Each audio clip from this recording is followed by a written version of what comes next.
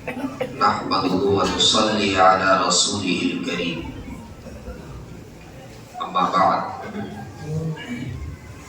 أعوذ بالله من الشيطان الرجيم بسم الله الرحمن الرحيم أينما تكونوا يدرككم الموت ولو كنتم في بروج مشيدة صدق الله العظيم. معزز علماء کرام، میرے بزرگوں، میرے نوجوان دوستوں،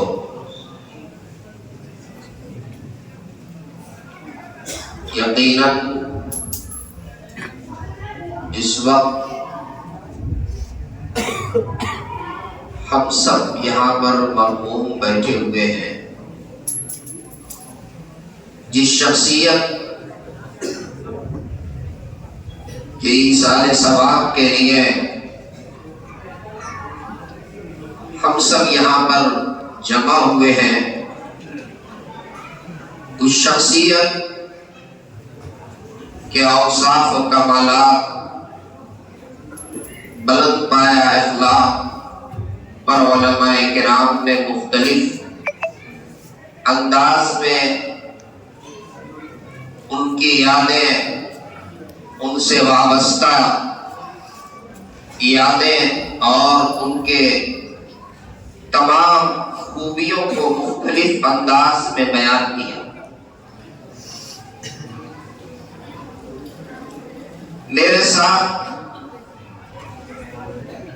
تقریباً 7 یا 8 سال تک میں ان کے ساتھ رہا۔ یہ پہلا موقع ہے جب چھتربر کی جامع مسجد کے اس محراب منبر پہ میں بیٹھا ہوں اور میرے سامنے حضرت مولانا اسدق صاحب رحمۃ اللہ علیہ کا چہرہ نہیں، میری نگاہیں ان کو ڈھونڈ رہی۔ جب میں چھتربر میں تھا، مجھے وہ دن بھی یاد ہے جب ان کی تقرری یہاں پر ہونے والی تھی۔ ان کے والد گرامی حضرت مولوی افضل صاحب دعوت برکاتہم یہاں تشریف رکھتے ہیں، وہ بھی تشریف لائے تھے، اور اسی مسجد میں جب وہ باہر کا حصہ الگ ہوتا تھا اور یہ حصہ الگ تھا، باہر بیٹھ کر کے ہمارے یہاں کے ذمہ دار حاجی حیدر صاحب، جناب اقبال صاحب، حاجی اسرائیل صاحب، اور اس وقت متولی ہوا کرتے تھے غالباً چچا عید الحق صاحب، حافظ خالد صاحب اس وقت متولی نہیں تھے، یہاں باہر بیٹھ کر کے اور حضرت مولانا اسدق صاحب کے تقرری کے سلسلے میں بات ہوئی اور ان کی تقرری ہوئی۔ ہمیشہ ان کا یہ معمول تھا، جمعے میں وہ مجھے صبح 9 بجے فون کرتے تھے، مولانا آپ کا بیان ہوگا۔ اگر بیان کرنے کی طبیعت چاہتی تھی تو میں ہاں کرتا تھا، نہیں تو میں معذرت بھی کرتا تھا۔ ایک مرتبہ میں نے مذاق سے کہا کہ آپ تو 9 بجے فون کرتے ہیں امام صاحب، تو اتنی جلدی کیسے میں تیاری کروں گا؟ تو وہ بولے کہ اچھا اب آئندہ سے جمعرات کو ہی فون کر دوں گا۔ اور ان کا بڑا پن یہ تھا کہ وہ جمعرات کو مغرب کے بعد مجھے فون کرتے تھے اور یہ پوچھتے تھے کہ کل آپ رہیں گے؟ سچی بات یہ ہے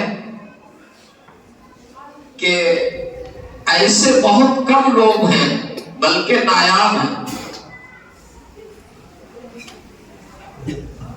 ایسا بے ضرر انسان، ان کی ذات سے شاید کسی کو تکلیف ہوئی ہوگی، اور ان کا جو 24 گھنٹے کا معمول تھا آپ نے دیکھا ہوگا، مسجد یا پھر اپنا حجرہ یا پھر جو ہے اپنا گھر، کبھی ہوٹلوں میں بیٹھنا یا کہیں باہر میں بیٹھ کر کے اور گپ شپ کرنا، یہ ان کے مزاج میں داخل نہیں تھا۔ صلاحیت یہ تو اللہ کے جانب سے ودیعت، لیکن صلاحیت کے ساتھ ساتھ، قابلیت کے ساتھ ساتھ جو صالحیت اور قبولیت اللہ نے انہیں دی تھی، اس کم عمری میں شاید کہ اللہ کا یہ نظام، اللہ کو یہ منظور تھا انہیں جلدی ہم سب کے درمیان سے اٹھانا تھا، اس لیے اللہ پاک نے ان کے اندر ڈھیر ساری خوبیاں رکھ دی تھی تاکہ ان کے وصال کے بعد لوگ ان کی خوبیوں کو یاد کریں۔ ابھی آپ کے سامنے حضرت مولانا اختر صاحب نے بڑی قیمتی بات کہی۔ انسان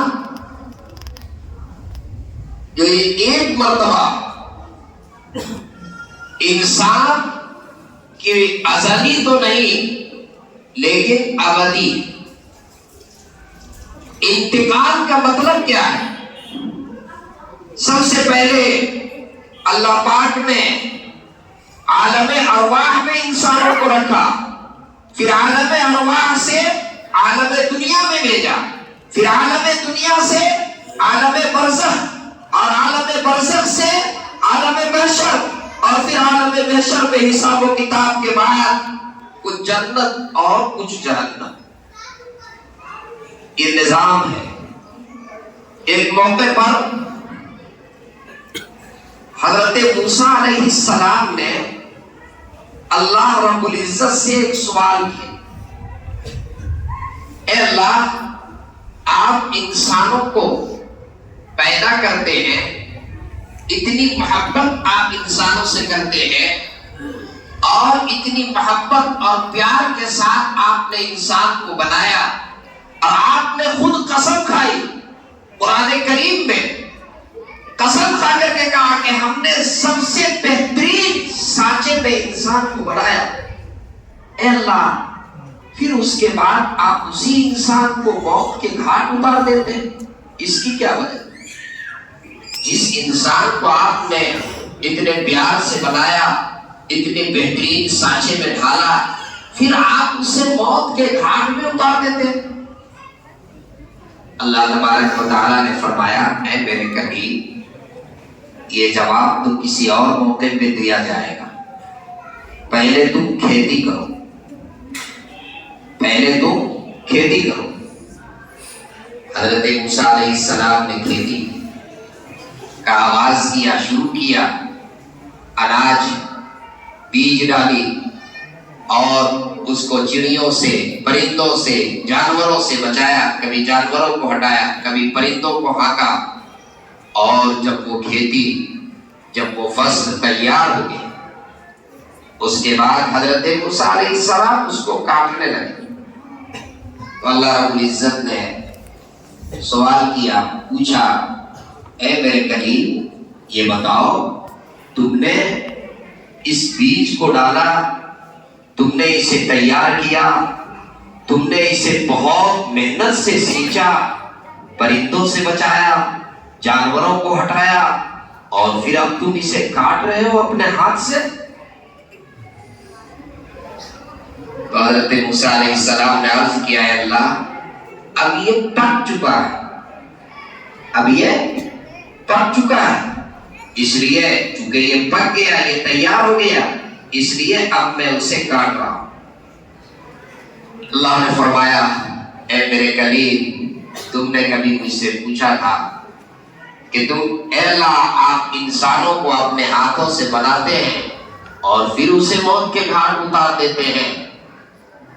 اے میرے کلیم، تمہارے اس سوال کا جواب اس میں ہے، جب عمر پٹ جاتی ہے تو اس کے بعد میں اسے اٹھاتا ہوں۔ اور اے میرے کلیم سنو، ایک کسان جب کھیتی کرتا ہے اور جب فصل تیار ہو جاتا ہے، اس کے بعد وہ پکے ہوئے فصل کو کاٹتا ہے، لیکن اس کسان کو یہ اختیار ہوتا ہے، وہ چاہے تو جو فصل ابھی نہیں پکا ہے اسے بھی وہ کاٹ سکتا ہے، وہ اس کا مالک ہے، اس کو یہ اختیار ہوتا ہے۔ اسی طریقے سے میں رب ہوں، میں خالق ہوں، میں انسانوں کو اپنے ہاتھوں سے بنایا، میں انسان کا مالک ہوں، میں چاہوں تو اسے بڑھاپا میں اٹھاؤں، میں چاہوں تو اسے بچپنا میں اٹھا لوں، میں چاہوں تو اسے جوانی میں اٹھا لوں، میں جب چاہوں میں اسے اٹھا سکتا ہوں، میں اس کا مالک ہوں، میں اس کا خالق ہوں اور میں اس کا مالک ہوں۔ جیسے کسان اپنی کھیتی کا مالک ہے، وہ چاہے تو پکنے کے بعد کاٹے اور وہ چاہے تو پہلے کاٹ لے، اسی طریقے سے میں انسان کو چاہوں تو بڑھاپے میں اٹھاؤں، چاہوں تو جوانی میں اٹھاؤں اور چاہوں تو میں اسے بچپنے میں اٹھاؤں۔ آپ دیکھیے ہاسپٹلوں میں جائیے، ہاسپٹل کے ایک وارڈ میں جائیے تو دیکھیے نا وہاں رونے کی آواز آ رہی ہے۔ کیوں؟ کوئی کہتا ہے کہ میرے چچا چلے گئے، کوئی کہہ رہا ہے میرا بیٹا رخصت ہو گیا، کوئی کہہ رہا ہے کہ میرا ابو دنیا سے چلا گیا۔ اور دوسرے وارڈ میں جائیے اسی ہاسپٹل میں تو لوگ ہنس رہے ہیں۔ کیوں؟ کوئی کہتا ہے کہ میرا بچہ پیدا ہوا، کوئی کہتا ہے کہ میرا پوتا آیا، کوئی کہتا ہے کہ میرا نواسا آیا، کوئی کہتا ہے کہ میرا بھتیجا آیا۔ ہاسپٹل ایک ہے، ایک طرف رونے کی آواز ہے اور ایک طرف خوشی ہے۔ یہ دنیا، اسی کا نام دنیا ہے۔ اور میرے دوستوں، میرے بھائیوں، آپ نے ضرور دیکھا ہوگا، آپ نیوز پڑھتے ہیں، کبھی کبھی ایسا نیوز، ایسی خبر سننے کو ملتی ہے کہ پاؤں تلے جو ہے وہ زمین سرک جائے۔ شادی کا ہال ہے، کھانا تیار ہے، تمام مہمان آ چکے ہیں، انتظار ہے کہ اب دولہا آئے گا، بارات آئے گی اور دولہا اس کے ساتھ آئے گا۔ کھانا نہیں دیا جا رہا ہے، کیوں؟ اس لیے کہ ابھی مہمان آ رہے ہیں، مہمان آنے دیجیے۔ اور اچانک خبر ملتی ہے کہ جس گاڑی پہ دولہا سوار تھا وہ گاڑی ایکسیڈنٹ ہوا اور وہ دولہا اللہ کا پیارا ہو گیا، وہ اللہ کا پیارا ہو گیا۔ کھانا پکا ہوا، سجا ہوا رکھا رہ جاتا ہے اور دولہا چلا گیا، کھانا نہیں ملتا، کوئی کھانا نہیں کھاتا۔ یہ تو دنیا کا نظام ہے۔ حضرت مولانا اسد صاحب رحمۃ اللہ علیہ اللہ کے پیارے ہو گئے۔ یقیناً آج کے اس غم کے اس میں حضرت مولانا کے والد مرحوم والد حضرت مولوی افضل صاحب دامت برکاتہم اور ان کے تمام برادران، بالخصوص حضرت مفتی ارشد صاحب قاسمی مقدس اللہ العالی اور ان کے بہنوئی برادر نسبتی حضرت مولانا سلمان صاحب قاسمی اور ان کے تمام چھوٹے بھائی اور ان کے تمام اعزاء و اقربا کو میں تعزیت پیش کرتا ہوں۔ میں جنازے میں حاضر نہیں ہو سکا۔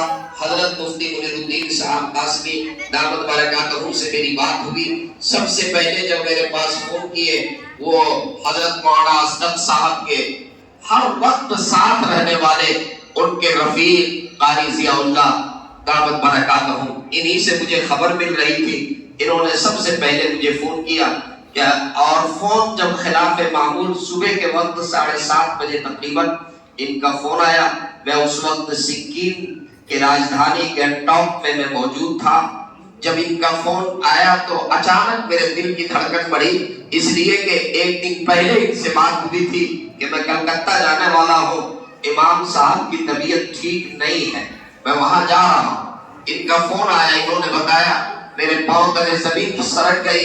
یقیناً یہ خبر سن کر کے بہت بے چینی ہوئی اور میں نے بڑی کوشش کی کہ کسی طریقے سے جنازے کے وقت تک میں وہاں پہنچ سکوں، لیکن کوئی شکل کامیاب نہیں ہوئی اور میں نہیں حاضر ہو پایا۔ میں آج رات جب گھر پہنچا تو فوراً میں نے پروگرام بنایا کہ کل انشاءاللہ میں حاضر ہوں گا۔ مجھے پتہ بھی نہیں تھا کہ آپ کے یہاں مفتی صاحب نے تعزیتی نشست رکھی ہے۔ حسن آباد آیا، قاری ضیاء اللہ صاحب سے معلوم ہوا تو میں نے کہا انشاءاللہ دعا کی مجلس میں شریک ہو جاؤں گا۔ چونکہ وقت پورا ہوا، ایک بات میں عرض کرتا ہوں، ایک بات میں عرض کرتا ہوں جو ہم سب سے متعلق، اس کے بعد انشاءاللہ دعا ہو جائے گی۔ پیارے آقا جناب محمد الرسول اللہ صلی اللہ علیہ وسلم کے ایک حدیث ہے، اسے میں 2 منٹ میں اس کا خلاصہ پیش کروں گا۔ اور یہ پیش کرنے کی جسارت اس لیے کر رہا ہوں، میں نے ویڈیوز میں دیکھا اور لوگوں کی زبانی سنا کہ کوڈرما ضلع میں یہ مثال بنی. حضرت مولانا اسدق صاحب قاسمی حسن آباد کے لوگوں نے بتایا اتنا بڑا مجمع جو ہے کسی کے جنازے میں نہیں دیکھا. حسن آباد میں جو مجمع تھا الحمدللہ اس سے یہ کہنے کی مجھے ہمت ہو رہی ہے. حدیث میں پیارے آقا صلی اللہ علیہ وسلم ایک موقع پر آپ تشریف فرما تھے اور ایک جنازے کا گزر ہوا. آپ کے سامنے سے ایک جنازے کا گزر ہوا. پیارے آقا صلی اللہ علیہ وسلم نے اس جنازے کے گزرنے پر آپ نے ارشاد فرمایا وجبت، واجب ہو گئی. تھوڑی دیر کے بعد ایک دوسرا جنازہ ادھر ہی سے گزرا. آقا نے پھر یہی جملہ ارشاد فرمایا وجبت، واجب ہو گئی. صحابہ کرام میں سے کسی نے اللہ کے رسول صلی اللہ علیہ وسلم سے دریافت کیا یا رسول اللہ بات سمجھ میں نہیں آئی، جنازہ پہلا جنازہ گزرا اس پہ بھی آپ نے یہی ارشاد فرمایا، اس کے بعد جنازہ گزرا اس پہ بھی آپ نے یہی لفظ ارشاد فرمایا، بات سمجھ میں نہیں آئی. پیارے آقا صلی اللہ علیہ وسلم نے ارشاد فرمایا کہ وہ جنازہ جب پہلا جنازہ گزرا اس کی جنازے کے ساتھ پیچھے جو لوگ چل رہے تھے ان کے متعلقین، ان کی زبان پر ان کی خوبی تھی، ان کی زبان پر دنیا سے جانے والے شخص کے لیے بھلائی تھی. ہر شخص اس کی بھلائی اور اس کی خوبی کو بیان کر رہا تھا. میں نے کہا وجبت، اس پر جنت واجب ہو گئی، اس پہ جنت واجب ہو گئی. اور وہ دوسرا جنازہ جو گزرا اس کے ساتھ جو لوگ پیچھے پیچھے چل رہے تھے ان کے زبان پر اس کی برائی تھی، ان کے زبان پر اس کی برائی تھی، بدخائی تھی. میں نے کہا وجبت، اس پر جہنم واجب. اللہ کے رسول صلی اللہ علیہ وسلم کے اس ارشاد گرامی کی روشنی میں چونکہ روح جو ہے وہ منتقل ہوتی ہے عالم دنیا سے عالم برزخ، عالم حشر اور پھر جنت اور جہنم، لیکن کسی کو یہ نہیں معلوم کہ کون سی روح جنت گئی اور کون سی روح جہنم گئی. پیارے آقا صلی اللہ علیہ وسلم کے اس ارشاد گرامی کی روشنی سے یہ بات سمجھ میں آئی کہ جنازے میں کسی کے انتقال کے بعد اس کے جنازے میں جو لوگ شریک ہوں اگر اس کی زبان پہ اس انتقال ہونے والے شخص کی اچھائی ہے یہ علامت ہے اس بات کی کہ وہ شخص جنتی ہے، اور اگر اس کی زبان پر اس مرنے والے شخص کی برائی ہے یہ علامت ہے اس بات کی کہ وہ شخص جہنمی ہے. پیارے حضرت مولانا اسدق صاحب رحمۃ اللہ علیہ اللہ کے پیارے ہو گئے. اتنا بڑا مجمع ہر ایک کی زبان پر یہ کہ مولانا بہت اچھے آدمی تھے، مولانا بہت نیک انسان تھے، مولانا بہت منکسر المزاج تھے، مولانا بہت متواضع تھے، مسکرا کر کے ہر ایک سے ملتے تھے. ہر شخص کی زبان پر جو ہے ان کی خوبی اور ان کی اچھائی اس حدیث پاک کی روشنی سے اللہ کی ذات عالی سے میں یہ امید رکھتا ہوں کہ حضرت مولانا جنتی ہے، حضرت مولانا جنت میں چلے گئے. میرے بھائیوں اگر ہم اور آپ بھی یہ چاہتے ہیں کہ دنیا سے جانے کے بعد ہمارا نام لوگ اچھائی سے لیں تو اس کے لیے ہم ایسے اخلاق پیدا کریں. اس کے لیے کچھ کام ہے بتانے کا، انشاءاللہ کبھی حاضری ہوگی، آج تو موقع نہیں ہے تو میں آپ کو بتاؤں گا جس سے دنیا سے جانے کے بعد ہمارا نام لوگ اچھائی سے لیں گے. یقیناً حضرت مولانا کی یادیں اس چھتربر کے تمام لوگوں کے ساتھ بالخصوص ان کی یادیں وابستہ ہیں. سب سے یہی گزارش ہے حضرت مولانا کی مغفرت اور ان کے بلندی درجات کے لیے ہمیشہ ان کو یاد رکھیں. جب نماز پڑھیں، جب آپ کو موقع ملے تو جو صورتیں یاد ہو، ابھی حضرت مولانا قمر الدین صاحب نے اپنا ایک معمول بیان کیا، جب بھی آپ ان کے لیے انہیں یاد کریں آپ جو ہے ایک دو سورہ آپ سورہ اخلاص ہی پڑھ کر کے اور ان کے لیے آپ دعائے مغفرت کریں، یہی سب سے بہترین خراج ہے. اور حضرت مولانا نے جو یہاں پر ایک نظام بنایا اور جس طریقے سے یہاں کے بچوں کی انہوں نے تربیت کی اور 12 سال تک کے منصب امامت کو جس طریقے سے انہوں نے سنبھالا، منصب تفسیر کو جس طریقے سے انہوں نے سنبھالا. ابھی چند دنوں پہلے مولانا سے میری بات ہوئی تھی تو میں نے کہا کہ مولانا منگل کو میں دوسرا کام نہیں کرتا ہوں، تو وہ ہنسنے لگے. کیا کرتے ہیں؟ میں کہا آپ کی تفسیر سنتا ہوں. چونکہ وہ تفسیر کرتے تھے اور کوئی اس کو لائب کرتا تھا. میں اکثر جو ہے منگل کو اگر گھر پہ رہتا تو میں اس کو دیکھتا تھا، میں نے کہا ماشاءاللہ اب تو آپ کی بہت اچھی تفسیر ہو رہی ہے۔ وہ یہ سارا ایک بہترین ماحول بنا کر کے گئے۔ اللہ پاک ان کے درجات کو بلند فرمائے، اللہ ان کی مغفرت فرمائے، اللہ تبارک و تعالی ان کے والدین، ان کے تمام برادران اور آپ سب کو، چونکہ آپ سب ان کے مقتدی تھے، اللہ پاک آپ سب کو اور ہم سب کو اللہ صبر جمیل عطا فرمائے۔ وما توفیقی الا باللہ، وآخر دعوانا ان الحمدللہ۔